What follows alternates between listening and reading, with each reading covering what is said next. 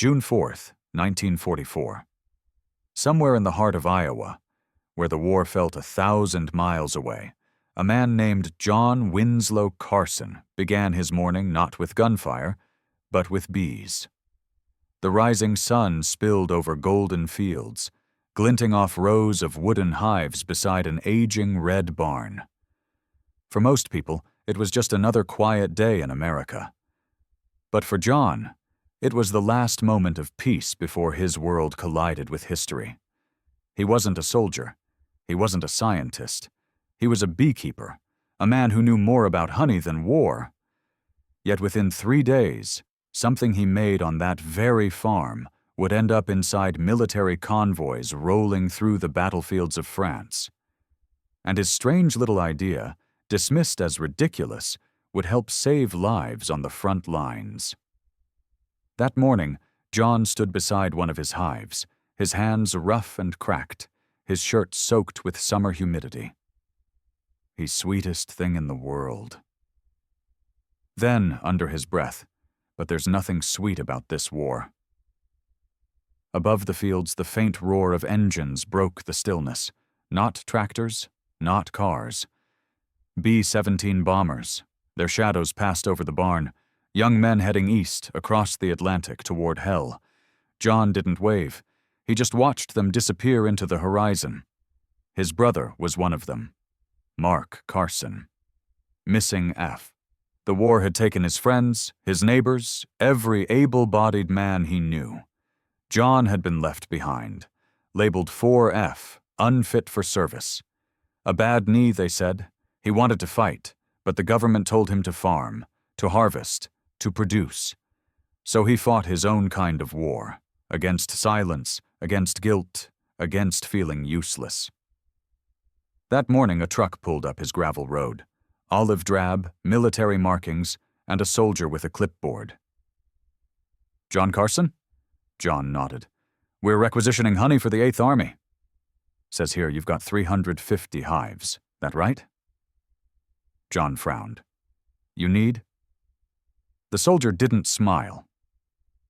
As the men began loading jars into the truck bed, John felt something strange. Pride and helplessness. It wasn't guns or bullets he was sending, but in 72 hours, he'd be proven wrong. Because from this quiet farm, from these hives, these bees, and this forgotten man, would come a weapon unlike any other. A weapon born not from steel or fire. By the next morning, the honey jars were gone, swallowed by the war effort, hauled away in an olive truck that disappeared over the horizon. John Carson stood in the doorway of his barn, staring at the empty pallets. For a moment, he felt proud, then just hollow. He had contributed, yes, but it felt like tossing pebbles into an ocean. Days passed, the hives buzzed, the war rolled on. No letters came from his brother, no word from the army, just the sound of bees and the whisper of doubt. He told himself he was doing his part. That honey mattered. But deep down, it didn't feel like enough. At the feed store, the men teased him. "You still making syrup for Uncle Sam?" Another voice muttered. "Maybe they'll build tanks out of it next." Laughter, the kind that cuts. John smiled, but it stayed in his throat. That night, he sat at his workbench under the dim light of an oil lamp. The air smelled of wax and smoke. His brother's last letter lay open beside him. "If you send anything, send warmth." Those words wouldn't leave his mind. Warmth, protection, comfort. Could honey do more than feed? He remembered his grandfather once sealing boot leather with beeswax to keep out the rain. He remembered plugging a leaky radiator with a sticky paste of honey and oil. And he remembered how bees sealed cracks in their hives with a resin called propolis. Nature's glue, tough, waterproof, silent. That word echoed, silent. Outside, the barn door moaned against the wind. John grabbed a rag, dipped it into a mix of leftover honey and linseed oil, and rubbed it into the rusted hinge. The squeal vanished. Instant silence. He stared at the door, then at the rag. He laughed quietly. "Sweet silence," he whispered. It was nothing, a fluke, a farmer's trick. But something about that silence felt powerful, the kind of silence soldiers would kill for. A few days later, another army truck arrived. Same driver, same clipboard. John signed the papers, but before the man could leave, he asked, "Your trucks, they squeak?" The soldier smirked. "They all squeak, sir." Loud enough to wake the dead, John hesitated. "I've been working on something. A coating. Makes hinges quiet, seals out moisture. Smells better than diesel, too." The soldier raised an eyebrow. "You want us to smear honey on our Jeeps?" John didn't laugh. "Call it what you want." "It works," the driver shrugged. "Fine. Give me a jar. I'll try anything." Once he tossed the jar into the truck and drove off. John didn't expect to hear back. But the next week, the same truck returned. The soldier stepped out, his voice different this time. "Whatever that stuff is, they want more." The message was short. "Approved for testing." Codename: Sweet Silence. And just like that, the beekeeper from Iowa had joined the war. May 12, 1944. The day silence became a weapon. 2 weeks had passed since John Carson handed that jar to an army driver. He'd nearly forgotten about it, until a black sedan rolled up his driveway, dust curling around its tires. 2 men stepped out. No uniforms, just brown coats and government eyes that missed nothing. "You John Carson?" one asked. "Yes, sir." "We heard you've been mixing things." John hesitated. "Just a compound. Honey wax oil?" The second man, a medic by the look of the armband peeking from his sleeve, nodded. "We tested it. Coated 3 trucks. They ran quiet. Smelled like a bakery, but the Krauts didn't hear a thing." They handed him a document stamped classified. Effective immediately, John Winslow Carson was authorized to produce 100 gallons per month of compound SSC7. Sweet silence. He had been drafted into the war without ever leaving his farm. By late May, his barn looked nothing like a barn. Honey drums, melting vats, and steel pails lined the floor. The air hung heavy with heat, thick, sweet, suffocating. Flies stuck to the rafters. Bees drifted between open windows. Every evening, John worked until his hands blistered, stirring and sealing. Each barrel smelled like sugar and smoke. Each label read only SSC7, Engineering Material Class A. No one told him where it went. He only knew trucks kept coming, loading, leaving, vanishing towards the east. Then one morning, a letter arrived from overseas. The envelope was stained with oil, the handwriting military neat. "Your stuff works. Coated 5 vehicles last week. Germans didn't hear us coming. 2 enemy trucks destroyed. 0 casualties. Smelled like Christmas. Sergeant B. Gentry, 59th Logistics." John read it twice, then folded it neatly and slid it into a mason jar beside his workbench, a medal made of words. Still, doubt lingered. Was this real? Could honey and wax truly tip the scales of war? He tested new batches, adjusting ratios, thickening the mix. When he brushed a fresh coat onto an axle, he noticed something new. Vibration faded. The wheels moved smoother. The metal didn't sing anymore. He'd built not just silence, but stealth. In a world where Allied convoys were hunted by microphones, that meant survival. He wrote a short note back to the sergeant. "Compound reduces vibration. Try on hoods, exhaust seams, undercarriages. Repels water." A week later, another message arrived. "Confirmed.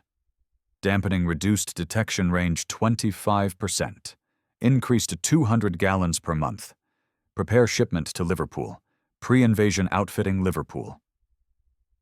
John's breath caught. He wasn't a soldier, But now he knew exactly where his barrels were going. Across the Atlantic, to England, to the edge of the greatest invasion the world had ever seen. That night, under a storm-dark sky, John sealed the last barrel himself. Outside, thunder rolled over the fields, not weather, but war on the horizon. The bees were silent in their hives. And so was he, because by morning those barrels would be on a ship bound for Normandy, and a farmer's stupid idea was about to make history. June 12th, 1944. 6 days after D-Day. The beaches of Normandy still burned. Convoys rumbled through cratered roads, carrying fuel, ammunition, and hope across the smoking countryside. Among them rolled something new, something silent. Trucks coated in a strange, sticky compound that smelled faintly of sugar and smoke. The label on the barrels, SSC-7. The nickname whispered by soldiers, Bee Grease. According to Captain Lawrence Mendel of the 3rd Armored Division, a column of vehicles moved through a stretch of French hedgerows so quietly that even the birds didn't stir. "We were ghosts," Mendel later wrote. "They expected engines and clanks. We gave them silence. And molasses." That silence had a name. Sweet Silence. And behind that name was a farmer who still had dirt under his nails. Back in Iowa, John Winslow Carson had no idea. He kept stirring, sealing, shipping, hands raw from wax, lungs full of smoke. But across the ocean, his work was changing the sound of war. Convoys rolled where death waited, roads lined with hidden artillery, minefields, and listening posts. But the Germans didn't hear them coming. Not the axles, not the hinges, not the roar of engines, just nothing. One American mechanic called it ghost syrup, another angel grease. But whatever the name, it worked. On June 22nd, a courier arrived at John's farm carrying a manila envelope. Inside, a black and white photograph, grainy, torn, smudged with soot. It showed 6 American trucks parked safely behind hedgerows. A soldier crouched beside one wheel with a brush and a tin. On the back, in pencil, 5 words. "Your stuff. It saved us." John sat down on his porch and stared at the picture until sunset. For the first time, he felt something heavier than pride. Purpose. He wasn't just feeding soldiers anymore. He was protecting them. By July, the Army expanded SSC-7 production. Over 400 gallons a week shipped overseas. The British called it Quiet Coat. The Canadians named it Operation Molasses. And yet its creator's name was nowhere on the label. But John didn't care. While others chased glory, he chased perfection. He adjusted ratios, thickened consistency, and sealed barrels by hand. Each one stamped only with the letters SSC-7. Then came July 29th. France, near St. Lo. A German patrol planned to shell an American convoy route, the lifeline for 3 divisions. If those trucks were hit, hundreds would die, and the breakout would fail. A decision was made. Deploy 84 vehicles, everyone coated in Carson's compound. No headlights, no radio chatter, just silence and faith. At 2 a.m., they rolled into the fog. German scouts waited, listening for the metallic groan of engines. Nothing came. The convoy passed less than half a mile from their guns, and not a single shell was fired. By dawn, every vehicle had crossed safely.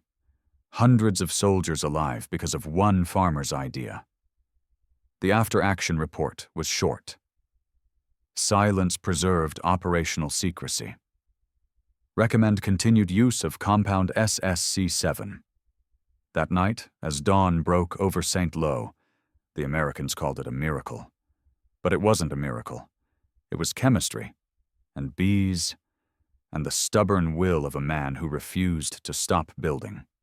Back in Iowa, John opened another letter. It was from his brother, Mark.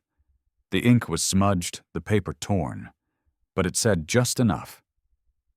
"Your honey got here before I did." John folded the note, pressed it to his chest, and for the first time since the war began, he smiled. Outside, the bees buzzed, steady, patient, tireless, like a small army that never stopped fighting. August 20th, 1944. The Falaise Gap, northern France. For weeks, Allied forces had pushed the German army east. Now, nearly 50,000 enemy soldiers were trapped in a narrow corridor of farmland and forest.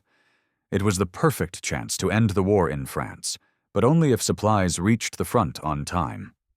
Every gallon of fuel, every round of ammunition, every crate of food had to move, fast and quietly. Enter Convoy Echo 9, 212 trucks, 38 jeeps, 12 half-tracks, each one brushed with a dark, golden coating that shimmered faintly under the moonlight. Sweet Silence Compound, number 7. Back at camp, soldiers joked that they smelled like a bakery. But that night, the only thing that mattered was survival. At 1900 hours, just before sunset, the motor pool commander gave an order that would have sounded absurd in any other war. "Apply the Carson compound." Full coverage mechanics rolled out barrels marked SSC7. Brushes, mops, and bare hands went to work. The air filled with the scent of warm honey and oil, mixing with diesel fumes and fear. Among the men coating their trucks was Sergeant Mark Carson, John's brother. He didn't know it, but the sticky film he was painting onto his engine had been born in his brother's Iowa barn. All he knew was what the officer said. "These trucks don't squeak, don't smoke, don't die." By 22:30, the convoy was ready. Engines whispered to life. No headlights, no radio chatter, just rolling shadows moving into the fog. The night was moonless. The air hung thick with mist and the smell of wet soil. Each driver followed the dim glow of the truck ahead. No words, no sound, just faith. German scouts waited in the hedgerows, their ears tuned to the distant clatter of gears. But none came.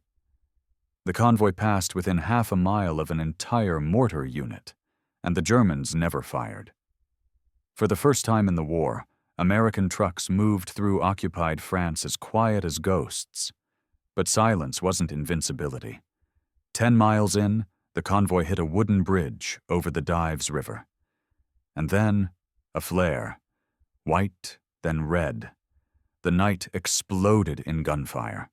Tracers lit the sky. Shells screamed overhead. Half the convoy peeled left into the ravine. The rest pressed forward across the bridge, engines still barely audible. Among the lead vehicles, Mark Carson manned a .30 caliber machine gun. He shouted over the noise, "They see us now! Move!" The silence had already bought them what they needed. Time. Precious seconds that meant the difference between life and annihilation. When the barrage ended, 3 trucks burned. 8 men were wounded, but the rest, 198 vehicles, made it through. 198 trucks carrying fuel, ammo, food, and hope, enough to feed and arm an entire army. By dawn, the convoy had reached the Canadian First Army. Together they closed the trap at the Falaise Gap. The German retreat collapsed. The road to Paris lay open. That night, as exhausted soldiers set up triage tents and reloaded artillery, someone lit a cigarette and joked, "Careful. This is a sugar field. You'll catch fire laughter, the first in days." The name Carson Compound began appearing in official reports. Even General George S. Patton mentioned it in a debrief. "Whatever voodoo they're putting on those trucks, keep doing it." But the moment that mattered most came not from a general, but from a letter. A week later, back in Iowa, John Winslow Carson received an envelope stamped with foreign soil. Inside was a torn scrap of military canvas. and a note. "They used your stuff on our truck." We rolled quiet, even under fire. I shot back, and lived. Some didn't, but most of us made it. Mark John stood in his kitchen, letter trembling in his hand. He didn't cry. He didn't shout. He just nodded once, walked outside to the hives and whispered, "You did good, girls." The bees kept working, unaware, unbothered, just sealing, protecting, building, like John had done, like his compound had done. A sweet, sticky silence that carried men through death and into one more dawn. September 1944. The guns still thundered across Europe, but for John Winslow Carson, the war that mattered most had already gone quiet. The trucks stopped coming. No more soldiers at his gate, no more barrels to fill, no more letters marked urgent. Just silence, the kind he had unknowingly built for others. He didn't ask why. He knew what it meant. The front had moved. The mission had ended. And his part in it, a beekeeper's strange little trick, had done its job. For weeks, John walked through his empty barn, past the vats, the empty drums, the faint, sticky smell of beeswax still clinging to the air. The war was shifting from desperation to dominance. New materials, new compounds, new technologies were rolling out of government labs, machines and formulas with budgets bigger than his entire town. There was no more need for honey, no need for him. But that didn't mean it hadn't mattered. In a post-war report filed months later by the U.S. Army Quartermaster Corps, one single line appeared between statistics about tires and fuel consumption. Temporary vehicle coating designated SSC-7 demonstrated measurable improvement in stealth movement under limited field conditions. Source: civilian supplier, Iowa. No name, no medal, just a footnote, almost invisible. But that was enough. Because for John, it was never about recognition. It was about usefulness. When the war finally ended in May 1945, America erupted in celebration. Banners, brass bands, ticker tape raining over city streets. But on John's farm, there was only the sound of bees. He repaired his tractors, painted the barn, split his hives for spring clover bloom. And when his brother Mark finally came home, thinner, quieter, his eyes carrying things he'd never say, they didn't talk about the war. They just sat on the porch, drinking coffee, watching bees move from flower to flower.